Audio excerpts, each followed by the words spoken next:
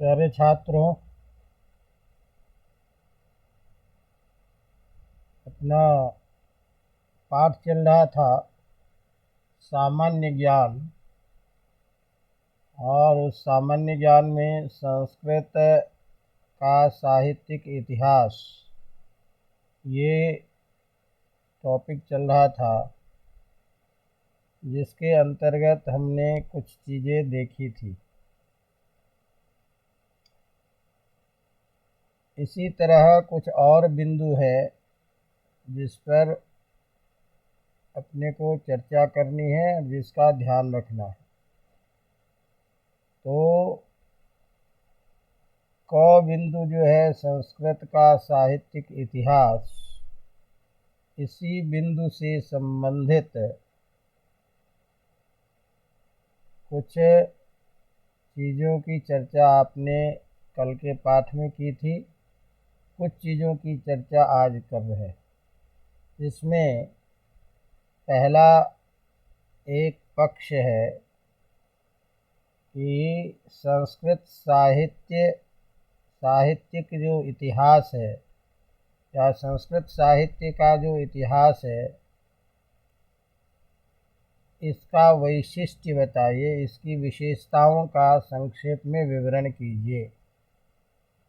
तो संस्कृत साहित्य के इतिहास की कुछ विशेषताएं क्या है, इसका वैशिष्ट्य क्या है, इस चीज़ को अपन सामान्य रूप से समझें और उसे अपनी भाषा में लिखने का प्रयास करें। अवगतम। तो भाषा साहित्य की दृष्टि से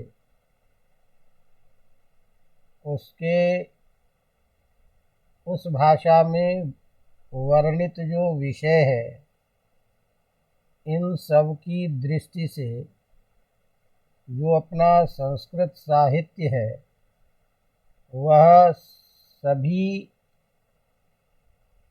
भाषाओं में अत्यंत प्राचीन है और अन्य भाषा की अपेक्षा व्यापक है। ये पहली बात है कि संस्कृत साहित्य अत्यंत प्राचीन और अन्य भाषा की अपेक्षा अत्यंत व्यापक है।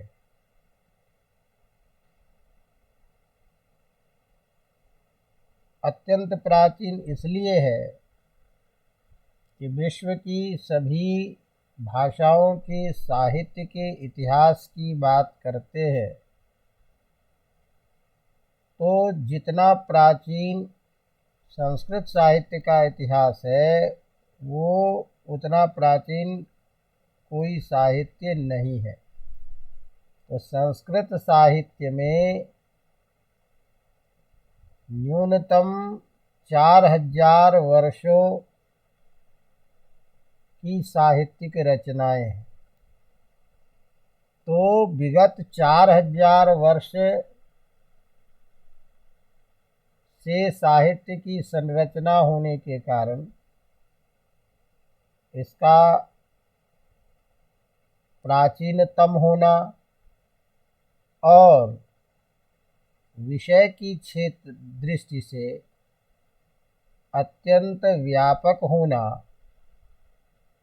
और लगातार उस साहित्य की रचना क्रमिक होते रहना ही साहित्य का विकास उस भाषागत वर्ण विषय के आधार पर होना ही इस साहित्य की विशेषता और उसकी व्यापकता को बताता है। अवगतम। तो इतने बड़े साहित्य एवं साहित्यिक क्रियाकलापों को यदि कोई इतिहास में एक साथ लिखना चाहता हो, तो वह अत्यंत कठिन कार्य है। अतः जैसा कि मैंने कल भी बताया था कि संस्कृत साहित्य के इतिहास को समग्र रूप में एक साथ लिखना अत्यंत कठिन होता है। इसीलिए इसको सामान्य रूप से दो भागों में बांटकर इसके इतिहास के रूप में जो प्राचीन रचनाएं हैं उन रचनाओं का उल्लेख करते हैं। तो एक जो इसका है जो वैदिक साहित्यिक इतिहास के रूप में, जिसको हम वैदिक प्राचीन संस्कृत साहित्य का इतिहास भी कह सकते हैं या प्राचीन वैदिक साहित्य का इतिहास कह सकते हैं। दूसरा जो है जिसे हम लौकिक संस्कृत साहित्य कहते हैं, तो ईस्वी पूर्व 2000 वर्ष से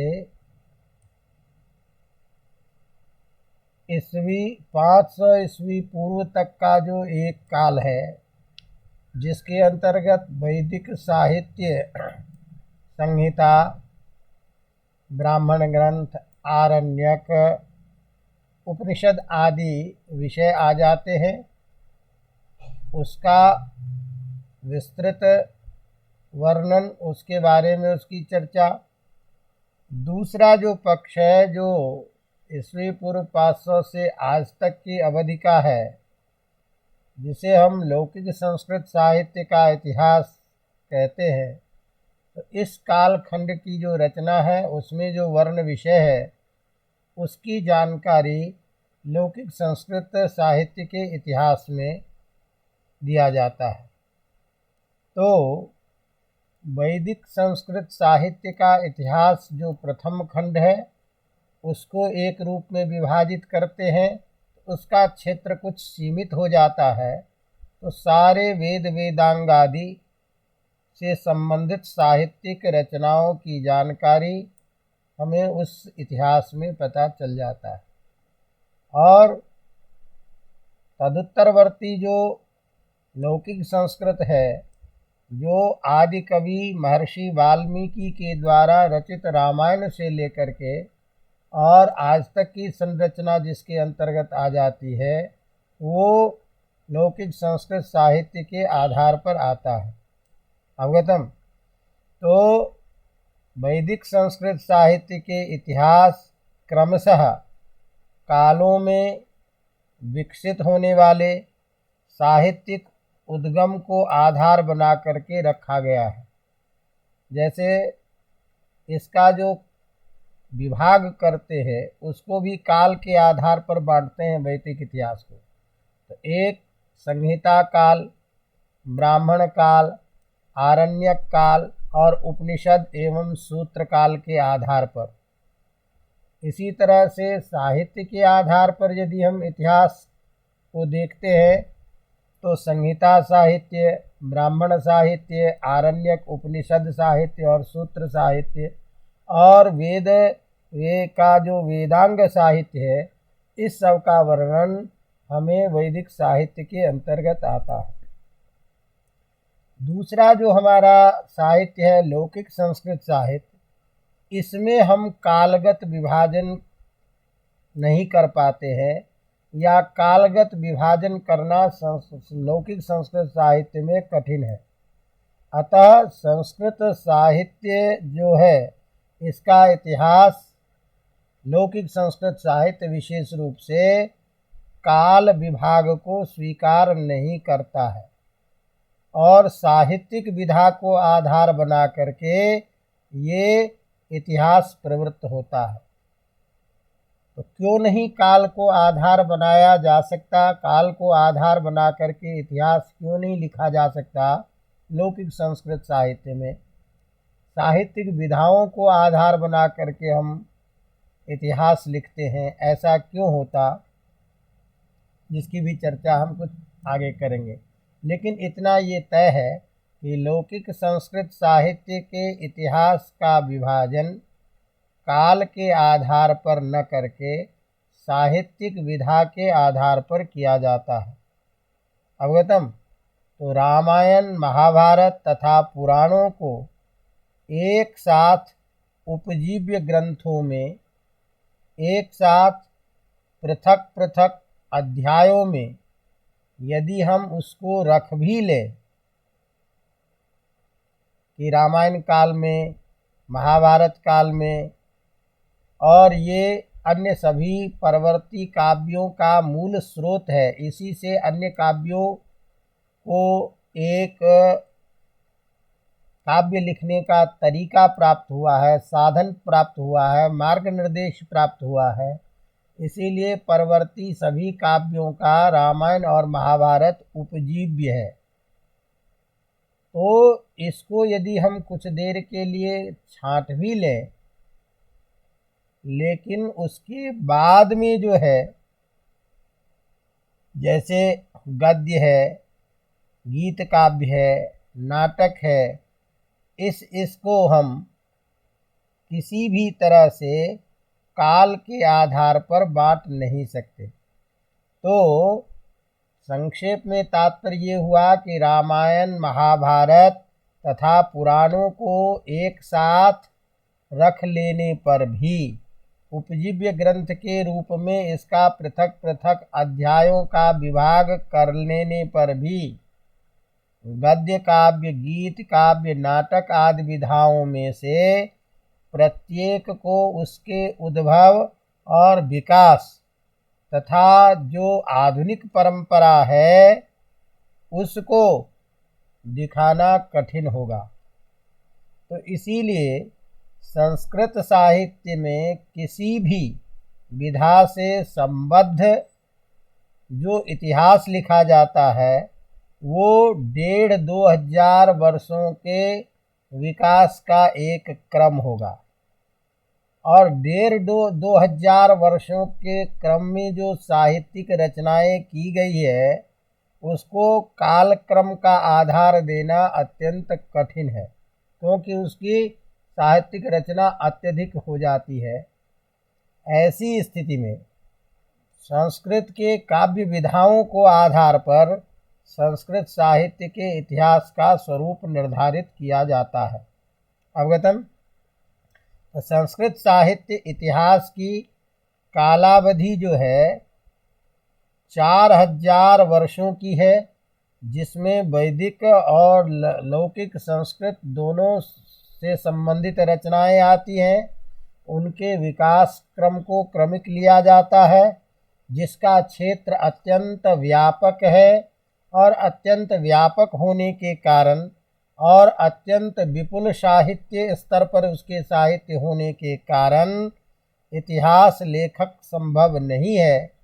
इसीलिए उसके विभाग को एक तो 2 भागों में बांट करके लिखा जाता और दूसरा कालगत आधार पर न हो करके जो साहित्यिक विधा है उस विधा के आधार पर संस्कृत साहित्य के इतिहास के लेखन की परंपरा चलती है।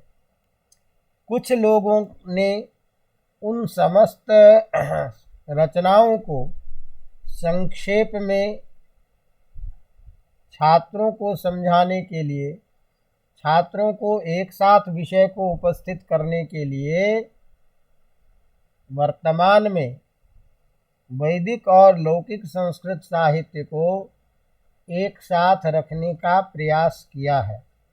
लेकिन वह एक साथ लिखा गया जो इतिहास है वह केवल एक दिंग मात्र है, दिशा निर्देश मात्र है, संक्षिप्त जानकारी है।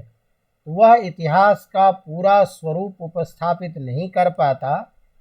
फिर भी हम ये कह सकते हैं कि अत्यंत प्रसिद्ध वैदिक और लौकिक साहित्य की रचनाओं से संबद्ध जो मुख्य चीज़ें हैं और उनके लेखक हैं, उनकी जानकारी, उन तत्तद काव्य विधाओं की जानकारी अत्यंत संक्षेप में दिया जाता है और उस तरीके से भी संस्कृत साहित्य के इतिहास के लिखने की परंपरा वर्तमान में प्रचलित है।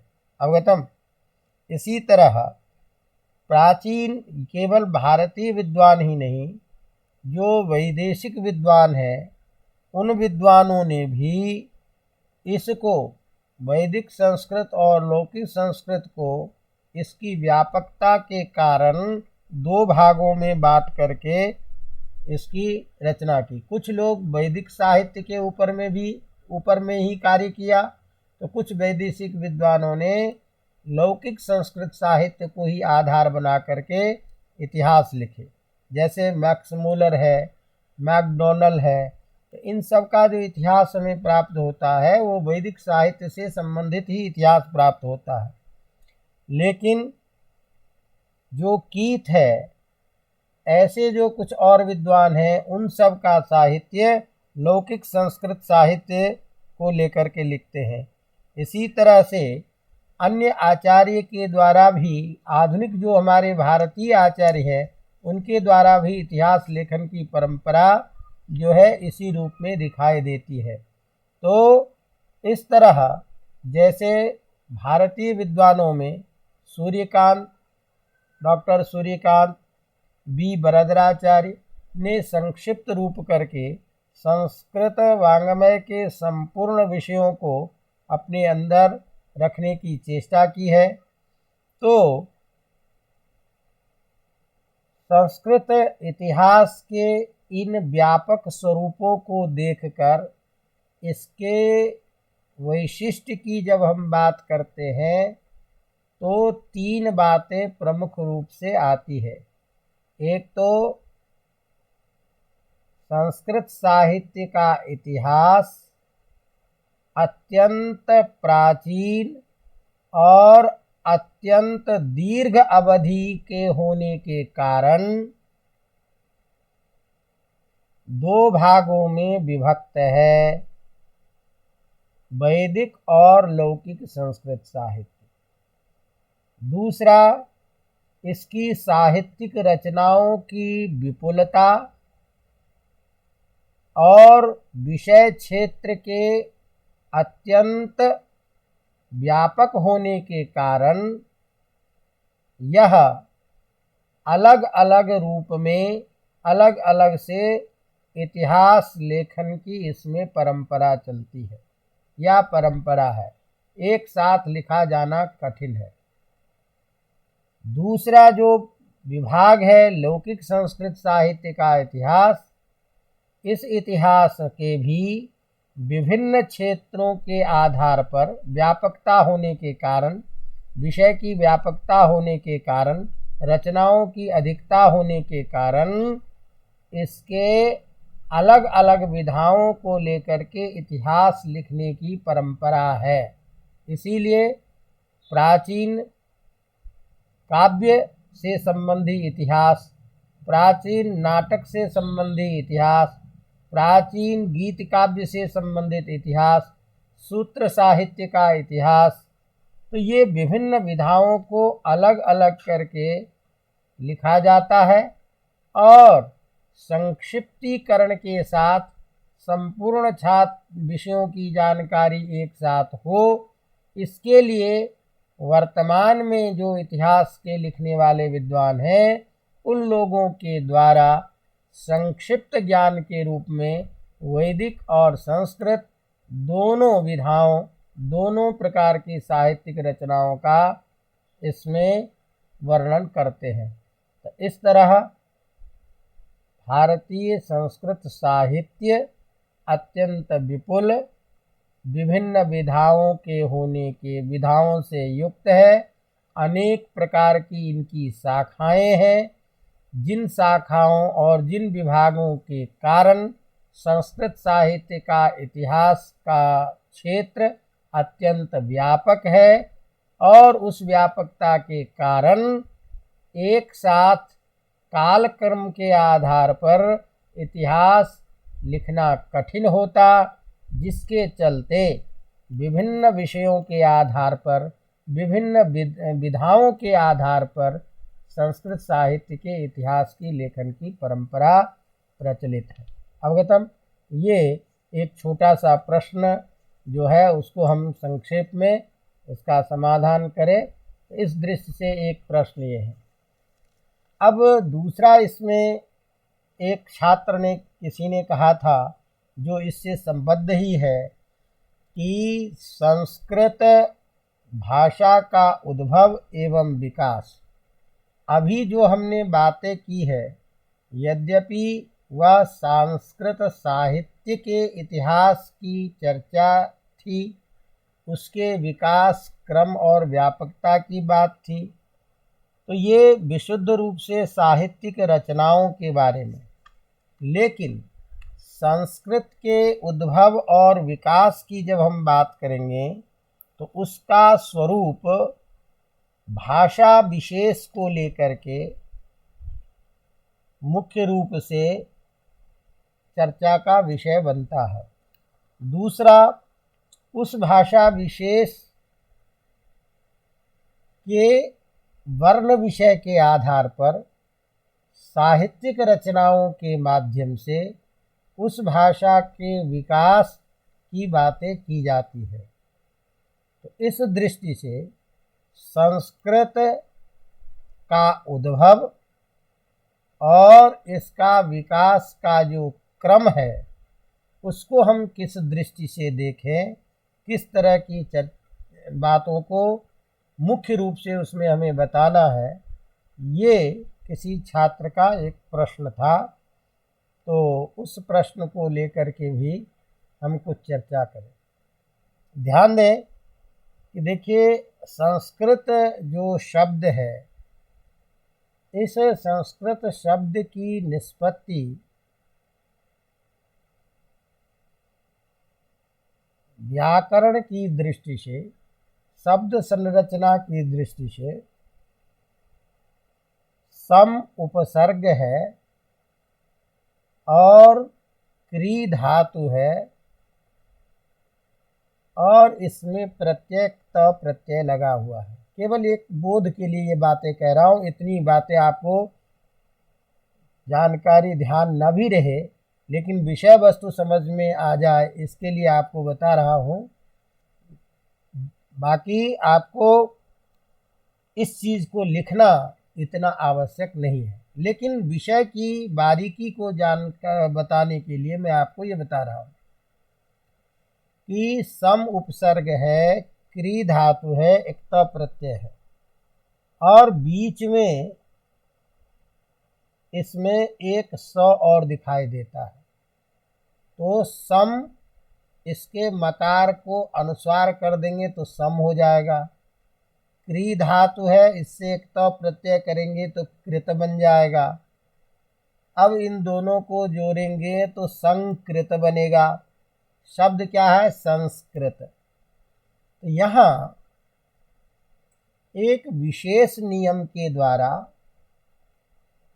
पाणिनि व्याकरण के सूत्र के द्वारा विशेष अर्थ में बीच में स को लाया गया है, जिसे हम सुट का आगम कहते हैं। आगम माने किसी चीज का आ जाना। तो सम उपसर्ग पूर्वक क्री धातु से एक त प्रत्यय करके बीच में जो सुट का आगम हुआ है वो दो विशेष अर्थ में, एक भूषण अर्थ में और दूसरा समवाय अर्थ में, समूह अर्थ में। तो भूषण का अर्थ होता है आभूषण, जिसे कहते हैं अलंकार करना, अलंकरण, सजाना। तो सम मने अच्छी तरह से अलंकृत, भूषित किया गया है, जो संस्कारित किया गया है, जो सजाया गया है, जो बनाया गया है, जो अर्थात अच्छी तरह से विचार करके जिसको एक नया स्वरूप दिया जावे, सजाया जावे, चमकाया जावे, उस पदार्थ विशेष का नाम है संस्कृत। अवगतम? कठिन हो रहा है। सीधा सीधा मतलब ये समझें इस संस्कृत का अर्थ होता है सुसज्जित। संस्कृत का प्रयोग होता है संस्कारित, परिष्कृत। तो किसी भी बर्तन को भी हम अच्छी तरह से उसे साफ कर लेते हैं, धो लेते हैं, चमका लेते हैं, तो उसके लिए प्रयोग करते हैं कि ये संस्कृत पात्र है ना। इसी तरह से संस्कृत का अर्थ होता है किसी तरह से मिलाया हुआ, बनाया हुआ, संस्कारित किया हुआ पदार्थ।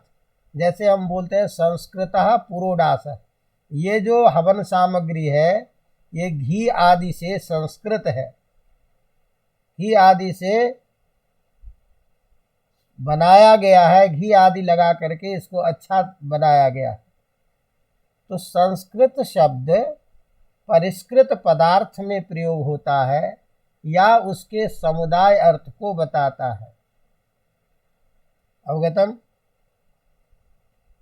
तो ध्यान रखना है, जैसे किसी का मन अत्यंत स्वच्छ है, निर्मल है, तो हम कहते हैं इसका मन अत्यंत संस्कृत है, सुसंस्कृत बच्चा है ये, सुसंस्कृत छात्र है ये, अर्थात संस्कार युक्त है इत्यर्थ।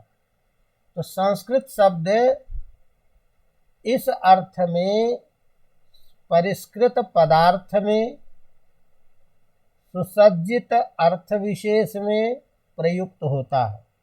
अवगतम? तो एक तो इसका ये अर्थ है। इसी बात को यदि हम सीधी भाषा के रूप में कहें तो संस्कृत शब्द सम उपसर्ग पूर्वक क्री धातु से एक त प्रत्यय करके भूषण एवं संघात अर्थ में सुट का आगम करके बनता है। सम का अर्थ होता है अच्छी तरह से, सम्यक प्रकार से। भूषण अर्थात अलंकरण, अलंकृत किया हुआ, सजाया हुआ या समूह बनाया हुआ। तो इस प्रकार संस्कृत का तात्पर्य हुआ संस्कारित, सुसज्जित पदार्थ। संस्कारित पदार्थ रूप में प्रयुक्त यह जो संस्कृत शब्द है वो तीनों लिंगों में प्रयुक्त होता है, नपुंसक लिंग में भी, स्त्रीलिंग में भी और पुल्लिंग में भी। जैसे हमने कहा कि संस्कृतः पुरोडासः, संस्कृता इयं भाषा, ये भाषा बहुत परिष्कृत है। संस्कृतम मनः, इसका मन संस्कृत है इत्यादि। लेकिन संस्कृत को जब हम भाषा के रूप में प्रयोग करते हैं तो भाषा के रूप में संस्कृत का क्या तात्पर्य हुआ? तो भाषा के रूप में संस्कृत की जब हम चर्चा करते हैं तो जो भी भाषा को बनाने वाले, भाषा को सुंदर करने वाले जो व्याकरणादि के नियम हैं, तो भाषा के रूप में पाणिनि आदि व्याकरण के नियमों से परिष्कृत, परिमार्जित जो साधु शब्द है, जो प्रकृति और प्रत्यय, मूल शब्द और उसमें विशेष अर्थ को लगाने के लिए जोड़ा गया जो प्रत्यय, तो प्रकृति प्रत्यय आदि का विभाग करके जो सब प्रकार से निर्दुष्ट है, विशिष्ट अर्थ को बताने वाला है, उस भाषा विशेष का नाम है संस्कृत। तो व्याकरणादि नियमों से समस्त दोष से रहित, शुद्ध, परिमार्जित और परिष्कृत जो भाषा, उस भाषा विशेष का नाम है संस्कृत। और ये जो संस्कृत है इसे हम देववाणी या दैवी वाक भी कहते हैं। अवगतम? तो यह संस्कृत देववाणी के रूप में प्रयुक्त है। इस बात को आचार्य दंडी ने अपने काव्यादर्श में कहा कि संस्कृतम नाम दैवी वाक अन्वाख्याता महर्षि भी। ये दैवी वाक है, देववाणी है, जिसको महर्षियों ने बताया, जिसको अपनाया, महर्षियों के द्वारा जो कहे गए हैं। अब यह जो संस्कृत है, जब दैवी वाक है, इसका मतलब अनादिकाल से ये भाषा है, ये एक सिद्धांत भारतीय परंपरा में प्रचलित है। समझ में आ रही बात? अब यह जो संस्कृत है, ये भाषा के रूप में कब व्यवहार हुआ, इसको जब हम चर्चा करते हैं तब हम उसके कालक्रम के आधार पर, उसके बाद के कालक्रम से इसकी उत्पत्ति कह लो, उत्पत्ति तो हम नहीं कहेंगे भारतीय संस्कृति में क्योंकि शब्द नित्य है, लेकिन भाषा को बोलचाल के रूप में, प्रयोग के रूप में, कालक्रम से कैसे ये व्यवहार में आया, किस रूप में आया, इस दृष्टि से इसकी हम चर्चा करते हैं। तो जैसे कि मैंने पहले आपको बताया कि ये संस्कृत दो भागों में विभक्त, एक वैदिक संस्कृत के रूप में और एक लौकिक संस्कृत के रूप में। तो ध्यान ये रखना है कि ये जो दैवी वाक कहा गया है या देववाणी जिसको कहते हैं, ये देववाणी प्रमुख रूप से वैदिक जो संस्कृत है, वेद वाला जो संस्कृत है, उसी के लिए ये प्रयुक्त होता था। बात समझ में आ रही बात? दैवी वाक या देववाणी का प्रयोग वस्तुतः वेद, संहिता, आरण्यक, ब्राह्मण ग्रंथ इत्यादि में जो भाषा प्रचलित, इत्यादि में जो संस्कृत प्रचलित है, उसे दैवी वाक कहा जाता था, देववाणी। और उसी भाषा में कुछ परिवर्तन करके उस भाषा में अर्थ की निर्वचन की दृष्टि से कुछ परिष्कार करके जो व्यवहार की भाषा बनी, जो लोक व्यवहार में प्रचलित हुआ, जो मनुष्यों के द्वारा बोली जाने वाली भाषा, जिसे हम मानुषी भाषा कहते हैं, जिसको हम लौकिक संस्कृत कहते हैं, वही लौकिक संस्कृत जो कालांतर में मानुषी भाषा है, वो संस्कृत के रूप में प्रयोग किया जाने लगा। तो मानुषी भाषा जो संस्कृत है, वो संस्कृत भाषा भिन्न है और वैदिक संस्कृत भाषा भिन्न है। तो इसका मतलब वेद की जो भाषा है, उस वेद की भाषा के लिए विशेष रूप से देववाणी का प्रयोग होता था, और ये जो लौकिक संस्कृत है, इसको मानुषी वाक कहते हैं, मनुष्य की भाषा कहते हैं। व्यवहार में, प्रयोग में आने वाले ऋषि महर्षियों आदि के द्वारा, आचार्यों के द्वारा प्रयोग की गई भाषा कहते हैं। अवगतम? इस बात की जानकारी हमें कैसे मिलती है?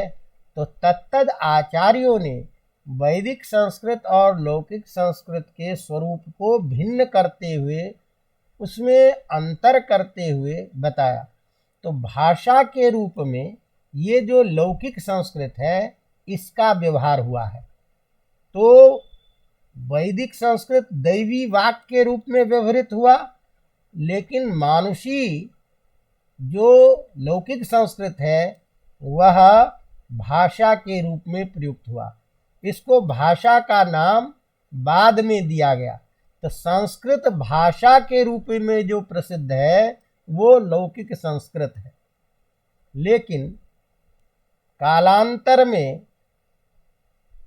दोनों को ही समान रूप से देववाणी कहने लग गए। अवगतम? चूंकि संस्कृत का मूल रूप वही वैदिक संस्कृत है, उसी वैदिक संस्कृत के स्वरूप को परिमार्जित करके कुछ प्रयोग करके लोक व्यवहार मनुष्य को अर्थबोध के लिए जानने योग्य बनाए जाने के कारण यह अलग रूप में जो व्यवहृत हुआ, जो मानुषी भाषा के रूप में बाद में प्रसिद्ध हुआ। तो आचार्य यास्क ने इस लौकिक संस्कृत के लिए भाषा शब्द का व्यवहार करते हैं, आचार्य पाणिनि इस लौकिक संस्कृत के लिए भाषा शब्द का व्यवहार करते हैं। तो जैसे कि आचार्य यास्क निरुक्त में जैसे नौ इसका क्या अर्थ है इसको बताने के लिए कहते हैं, नेति नौ इति प्रतिषेधियार्थो भाषायां, अर्थात नौ का निषेध प्रतिषेध करना अर्थ होता है भाषा में, और उपमार्थे अन्वध्याय, अन्वध्याय कहते हैं वेद को। तो वेद में नौ का अर्थ उपमानवाची है, लेकिन लोक में भाषा में नौ का अर्थ प्रतिषेध है। तो यहाँ भाषा शब्द का जो व्यवहार किया गया है वो लौकिक संस्कृत के लिए।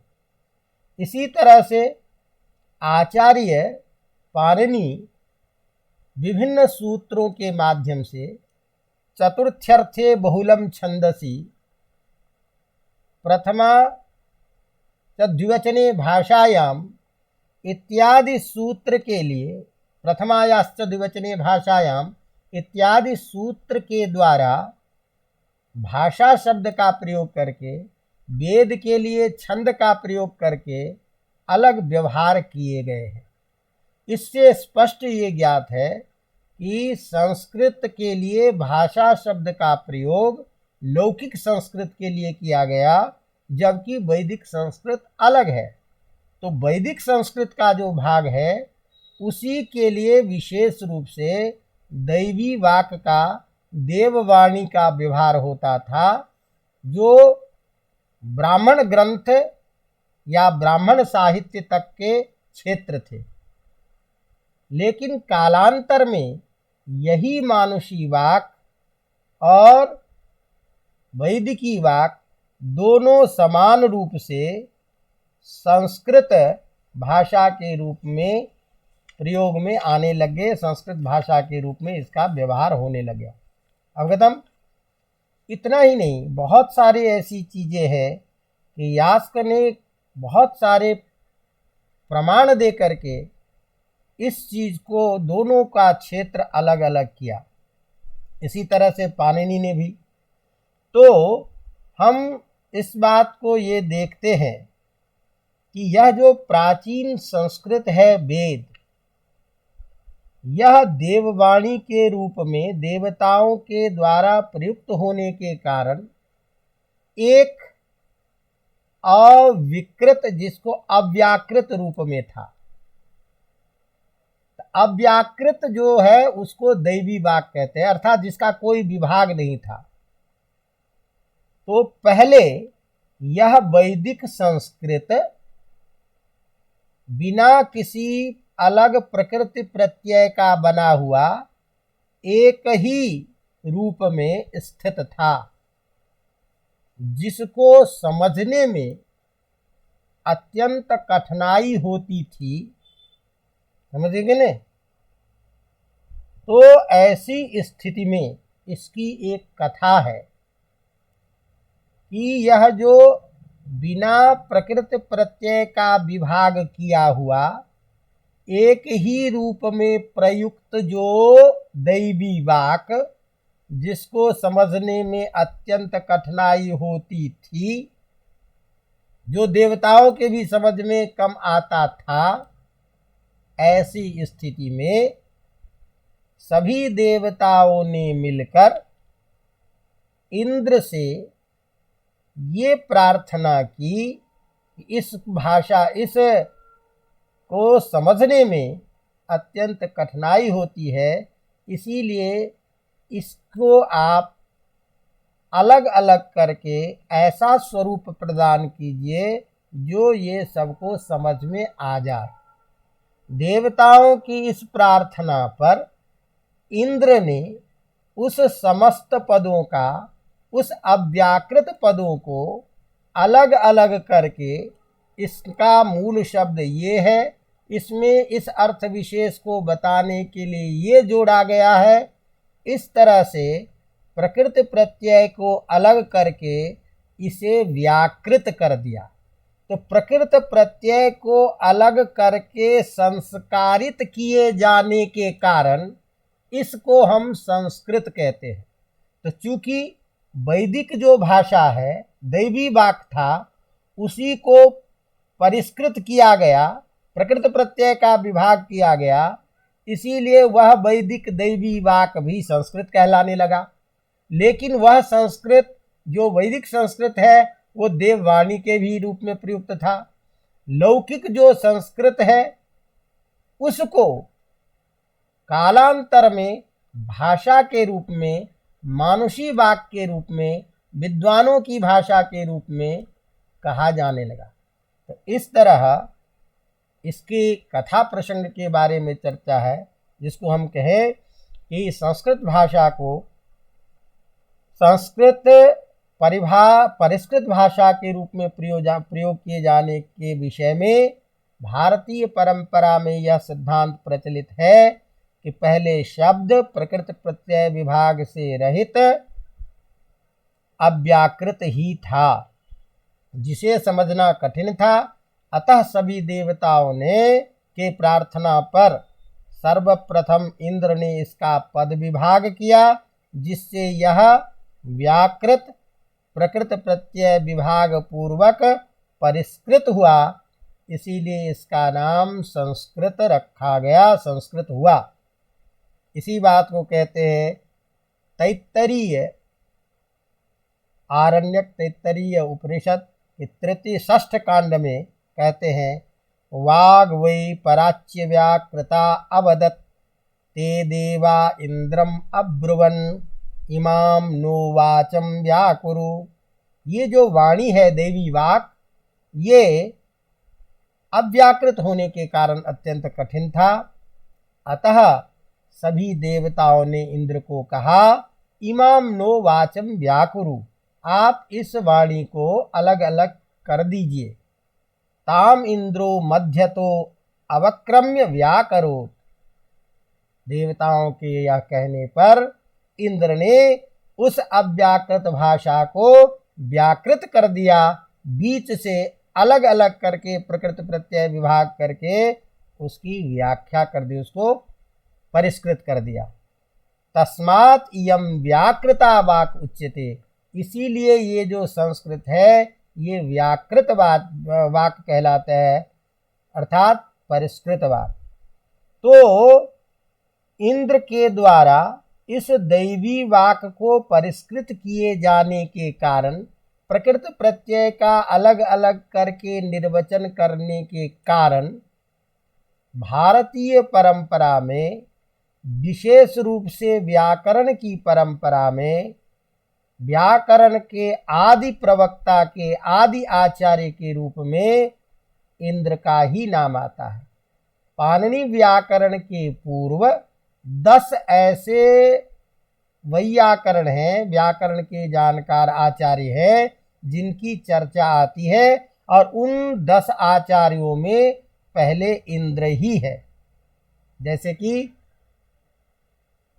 पाणिनि से पूर्ववर्ती वैयाकरणों के बारे में प्रसिद्ध है, इंद्रश्चांद्रः काशकृत्स्न आपशली शाकटायनः पाणिनि अमर जैनेन्द्राः जयन्त्याष्टादश शाब्दिकाः।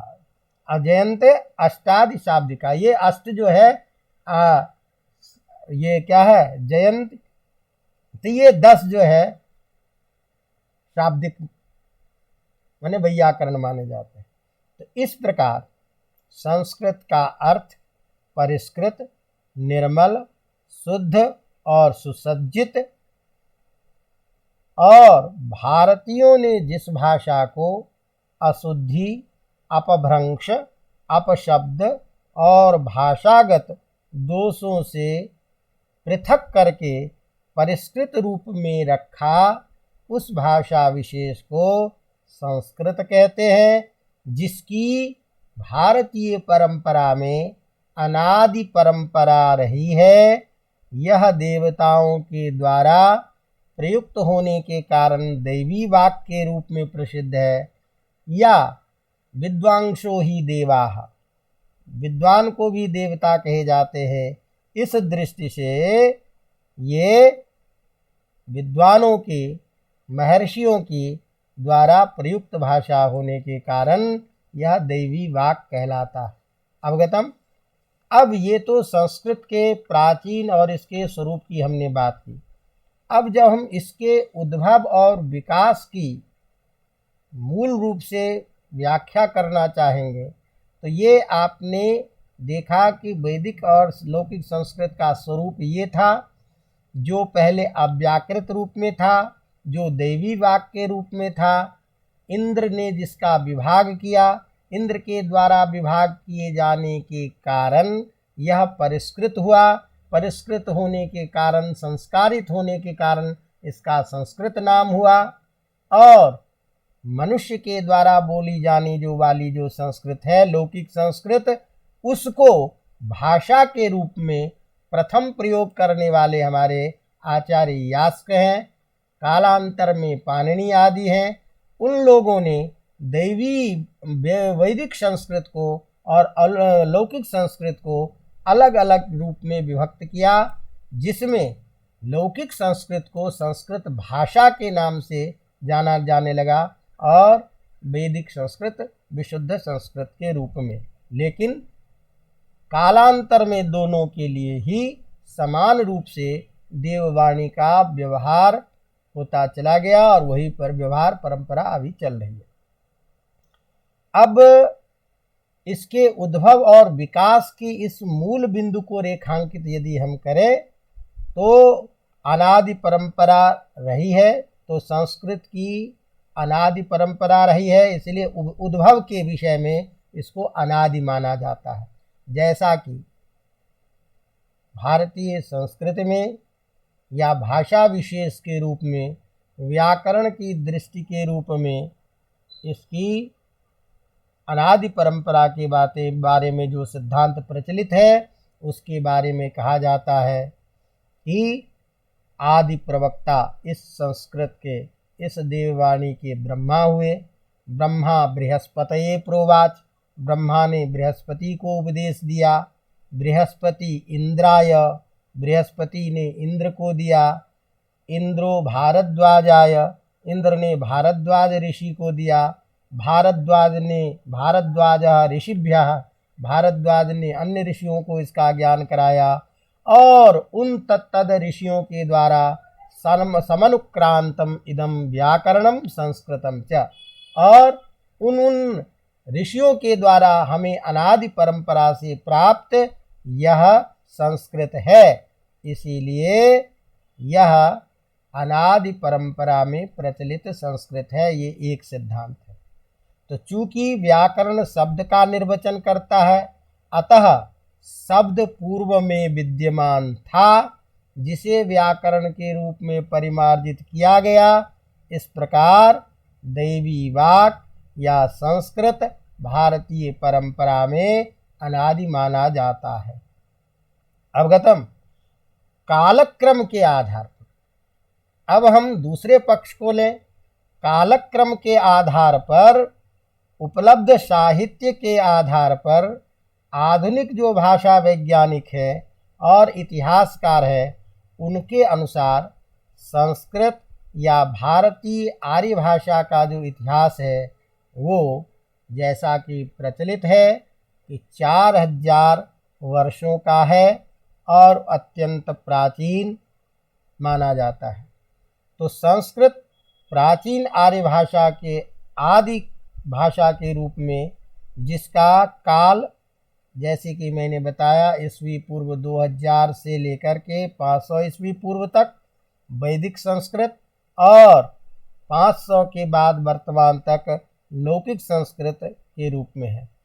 तो लौकिक संस्कृत का प्रारंभ में जो प्रयोग था वह मौखिक और लिखित दोनों रूप में इसकी साहित्यिक रचनाएं होती थी, जिसका विभाग हम वैदिक युग के आधार पर, जिसमें ब्राह्मण ग्रंथ, वेद, आरण्यक संहिता आदि के द्वारा होता था, और लौकिक संस्कृत जो 800 ईस्वी पूर्व के से लेकर के 500 ईस्वी पूर्व तक के काल में जो रचनाएं हुई वो लौकिक संस्कृत के अंतर्गत आ गई। तो इस तरह से ये लौकिक और संस्कृत का प्रारंभिक उद्भव काल कहा जाता है, या साहित्य की रचना की दृष्टि से इसके कालक्रम को निर्धारित किया जाता है। तो विभिन्न व्याकरण की परंपरा में परिष्कृत यह लौकिक संस्कृत पाणिनि व्याकरण से निरंतर उसी भाषा में प्रचलित होने के कारण यह पहले से भी चलती आ रही थी, और पाणिनि ने इसको ऐसा परिष्कृत कर दिया जिसके कारण इस भाषा में किसी भी प्रकार का बदलाव नहीं हुआ। अब यह जो संस्कृत है यह आरंभिक काल में इस आर्य क्षेत्र में सभी लोगों की भाषा रही, लेकिन जो लोगों का अधिक विस्तार हुआ उस विस्तार के कारण भाषा के प्रवाह में, भाषा के ज्ञान में, वैदिक संस्कृत के प्रयोग में प्रमाद या आलस्य होने के कारण, उसमें कुछ कमी होने के कारण, उच्चारण में शिथिलता होने के कारण मूल रूप में संस्कृत में कुछ परिवर्तन भी हुआ, जिस परिवर्तन के कारण संस्कृत से निकली हुई अन्य प्राकृत पाली भाषाओं का उद्भव हुआ। लेकिन इसके बावजूद भी चूंकि संस्कृत साहित्य का विषय क्षेत्र इतना व्यापक था और इसके विविध आयाम होने के कारण, और उस समय लोक व्यवहार में संस्कृत के प्रयोग होने के कारण अधिकतर साहित्य की रचनाएं संस्कृत भाषा में हुई। लोग कहते हैं ना कि आज उस समय में संस्कृत कभी प्रयोग की भाषा नहीं रही। तो जिस भाषा को लोग जाने नहीं, उस भाषा में यदि कोई काव्य लिखेगा, उस काव्य का औचित्य क्या होगा जब पढ़ने वाला नहीं होगा। कुछ लोगों के लिए तो शास्त्र नहीं लिखा जाता है, शास्त्र लिखा जाता है सभी लोगों के लिए। तो यदि सामान्य रूप से लोग संस्कृत के विषय में नहीं जानते थे तो तत्तद हमारे इतने साहित्य की जो रचनाएं हुए हैं, जो विशाल भंडार है, उस विशाल भंडार के अस्तित्व का कोई इतना महत्व नहीं होता। इसका कारण है कि जिस भाषा विशेष को लोग समझते थे, जिस भाषा विशेष का प्रचार था, उसी में अपनी रचनाएं लोग करते हैं। अतः संस्कृत का विकास उसी वैदिक काल के बाद लौकिक संस्कृत से पूर्ण साहित्यिक विधाओं के रूप में उसकी संरचनाएं होने लगी और उसका विकास प्रारंभ हुआ। तो लौकिक संस्कृत के विकसित स्वरूप में व्यवहार में प्रयुक्त होने के कई प्रमाण हैं, इसलिए ये नहीं कह सकते कि लौकिक संस्कृत का व्यवहार नहीं होता है। जिसमें आदि काव्य रामायण है, पाणिनि, कात्यायन, पतंजलि आदि के द्वारा ऐसे कई प्रमाण दिए जाते हैं जिससे ये पता चलता है, जिसके बारे में आप लोग कहते हो कि हनुमान जी जब सीता जी के अशोक वाटिका में गए और जब उनको सीता जी से बात करनी थी तो वो सोचने लगे कि यदि वाचम प्रदास्यामि द्विजातिरिव संस्कृता, जो द्विजाति की जो पढ़े लिखे लोगों की भाषा है, संस्कृत में यदि बात करूं तो कहीं सीता मुझे रावण का ही कोई दूसरा रूप न समझ करके डरने न लग जाए, इसीलिए हम किसी अन्य भाषा में। तो कहने का मतलब यह है कि प्रचलन में इसी तरह से पाणिनि आदि, पतंजलि ने अनेक उदाहरणों के द्वारा इति प्रतीच्याम यदि उदीच्याम इत्यादि के द्वारा लोक में व्यवहार में प्रचलित कई ऐसे उदाहरण मिलते हैं जिससे स्पष्ट है कि संस्कृत निरंतर समाज की भाषा में प्रतिष्ठित रही है। तो इस तरह से इसका विकास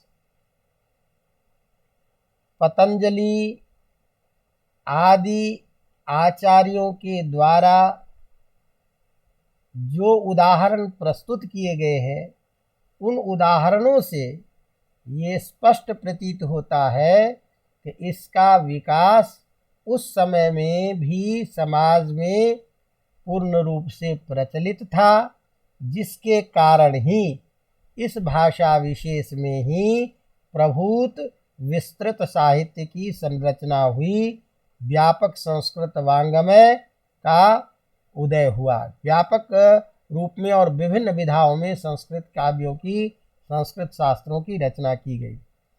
इसीलिए विषय की दृष्टि से, विषय की व्यापकता की दृष्टि से सृष्टि का कोई ऐसा विषय नहीं जिसका वर्णन संस्कृत साहित्य में उपलब्ध नहीं होता हो, और कोई ऐसी विधाएँ नहीं है जिस विधाओं में संस्कृत साहित्य उपलब्ध नहीं हो। तो भारतीयों के सभी धर्म ग्रंथ, पुराण, रामायण, महाभारत, स्मृति ग्रंथ, दर्शन, धर्मशास्त्र, महाकाव्य, काव्य, नाटक, गद्य काव्य, नीति काव्य, आख्यान साहित्य, दूत साहित्य, व्याकरण, काव्यशास्त्र, नीतिशास्त्र, गणित, ज्योतिष, आयुर्वेद, कामशास्त्र, आयुर्वेद, धनुर् अर्थात कोई ऐसा विषय नहीं है जिसमें इसकी साहित्य की रचना न हो। अतः इसका आरंभिक 4000 वर्ष से पूर्व से लेकर के वैदिक काल के इतिहास का विकसित स्वरूप, तदनंतर वैदिक साहित्य के बाद रामायण लौकिक काव्य के आदि काव्य से लेकर और वर्तमान तक संस्कृत का विकास विभिन्न क्षेत्रों में साहित्यिक रचनाओं के द्वारा आज भी देखा जाता है। अतः संक्षेप में ज्ञान विज्ञान का कोई ऐसा अंग नहीं है जो संस्कृत भाषा में उपलब्ध नहीं है। यही कारण है कि साहित्य के विकास की दृष्टि से संस्कृत साहित्य अन्य साहित्यों की अपेक्षा आज भी निरंतर विकसित हो रहा है, और आज भी विभिन्न विधाओं में साहित्य की रचना, वार्तालाप, पत्र पत्रिकाओं का प्रकाशन, ग्रंथ लेखन, विभिन्न धार्मिक अनुष्ठानों में इसका प्रयोग और अन्य माध्यमों से संस्कृत निरंतर विकसित हो रही है। यद्यपि कालक्रम की दृष्टि से, शिक्षण व्यवस्था की दृष्टि से इसमें जरूर प्रभाव पड़ा है, लेकिन संस्कृत की जो विकास धारा प्राचीन समय में थी, प्रायः वह विकास की धारा साहित्यिक विधाओं की रचनाओं के क्षेत्र में और अन्य साहित्य की दृष्टि से यदि हम देखते हैं, चाहे वो अलंकार शास्त्र हो, काव्य शास्त्र हो, महाकाव्य हो, कथानक हो, इन सभी दृष्टि से संस्कृत का विकास निरंतर गतिशील है। तो ये एक प्रश्न था जो छात्रों को ये हमने चर्चा की। आज हम इस प्रसंग को अब समाप्त करते हैं और तृतीय इस बिंदु का, अब अगला जो ख बिंदु है साहित्यिक आलोचना की प्रमुख प्रवृत्तियाँ, इस बिंदु पर हम आगे चर्चा करेंगे। आज हम इसको यहीं विराम देते हैं। इसी तरह प्रत्येक पक्ष पर लेकर के आगे आगे बढ़ते चलेंगे। धन्यवाद। इसको यहीं बंद करते हैं।